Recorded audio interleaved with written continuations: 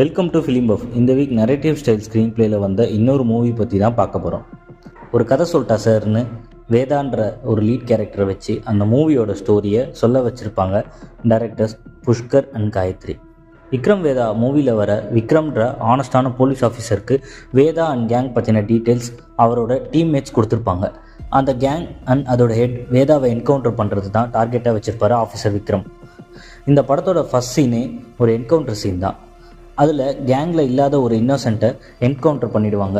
அதுதான் புலிங்கிற விக்னேஷ், வேதாவோட தம்பி. வேதாக்கு இந்த என்கவுண்டர் அவனுக்கும் அவன் கேங் மெம்பர்ஸ்க்கும் போட்ட ஸ்கெட்சுன்னு ஒரு டவுட் இருக்கும். இதுக்கு பின்னாடி யாரெல்லாம் இருக்காங்கன்னு தெரிஞ்சுக்கணுன்னு வாண்டடாக போலீஸ்கிட்ட வந்து சரண்டர் ஆவான்.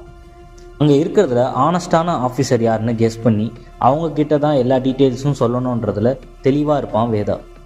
ஆஃபீஸர் விக்ரம் தான் சரியான ஆள்னு அவரை சூஸ் பண்ணி அவர்கிட்ட அவன் கேங் பற்றின டீட்டெயில்ஸ் எல்லாத்தையும் சொல்லுவான். சொல்லிவிட்டு ஒரு கொஷின் கேட்டுட்டு ஒரு சாய்ஸை கொடுத்துட்டு நீங்களே இதை கண்டுபிடிங்கன்னு சொல்லிட்டு எஸ்கேப் ஆகிடுவான். வேதாவோட லாயராக இருக்கிற ஆஃபீஸர் விக்ரமோட ஒய்ஃபை யூஸ் பண்ணி வேதா விக்ரம்க்கு நிறைய க்ளூ மெசேஜ் சென்ட் பண்ணுவான். எப்படியாச்சும் வேதா அண்ட் கேங் பற்றின டீட்டெயில்ஸை தெரிஞ்சுக்கணும், இந்த என்கவுண்டருக்கு பின்னாடி இருக்கிற பிளான் என்னன்னு கண்டுபிடிக்கணும்னு ரொம்ப ட்ரை பண்ணுவார் Vikram. Finally he will discover the truth. இந்த மாதிரி இன்ட்ரெஸ்டிங்கான மூவி ஃபேக்ட்ஸ் பற்றி தெரிஞ்சுக்கிறதுக்கு ஃபிலிம் பஃபை ஃபாலோ பண்ணுங்கள். தேங்க்யூ.